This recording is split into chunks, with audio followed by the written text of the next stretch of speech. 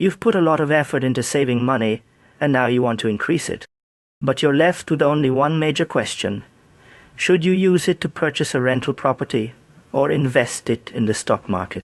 It's a big choice, and we'll explain which option might be best for you in this video. Although both options appear to be good, they differ greatly. One is straightforward and uninvolved, while the other is more intricate and labor-intensive. So, how do you make a decision? We'll compare them in 5 important categories in this video, including risk, effort, and startup costs. By the end, you'll know exactly which investment route best suits your objectives and way of life. Let's begin. I must make a brief disclaimer before we continue. I don't offer financial advice. This video is only meant to be entertaining and educational. This isn't tailored guidance. Before making any investment decisions, please conduct your own research or consult with an expert. We'll pit them against one another in 5 rounds to ensure a fair comparison. We'll examine how much money you need to get started, the amount of work required, the ease of getting your money back, the potential earnings, and the risks. We'll see who wins each round. This will make it very evident which choice might be more suitable for various types of individuals. Let's get started with the first round. Battle 1 is effort required, passive versus active. First, let's talk about effort. Index fund investing is passive. With very little effort on your part, it grows over time after you invest your money.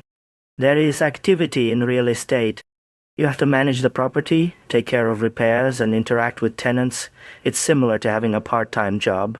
Therefore, index funds are the obvious choice for being simple and hands-off in this round. Battle 2 is startup cost and accessibility.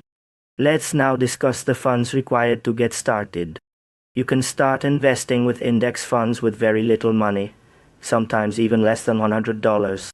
It is very easy to get to. In contrast, the down payment, repairs, and other expenses associated with real estate demand a substantial amount of money upfront. Index funds are the winner in this round due to their low cost and ease of access. Battle 3 is liquidity, accessing your money. Let's now discuss how simple it is to withdraw your money. You can sell your shares of index funds at any time and get cash in a matter of days. It's quick and easy. It takes months to sell a property in real estate, and there are costs and paperwork involved. Index funds are the best option this time around if you want quick and simple access to your money. Battle 4 is potential for returns and leverage. Let's now discuss earning potential. Depending on the market, index funds increase gradually over time. Although real estate can also increase in value, it has a superpower known as leverage, which allows you to control a much more valuable asset with a small amount of your own funds, plus a loan, potentially yielding larger gain. Real estate wins this round due to its ability to multiply return. Battle 5 is risk and diversification. Let's now discuss safety. You don't lose everything if one company fails, because index funds distribute your money among several. When you invest all of your money in a single property, it can be very painful if something goes wrong, such as a major repair or a bad tenant.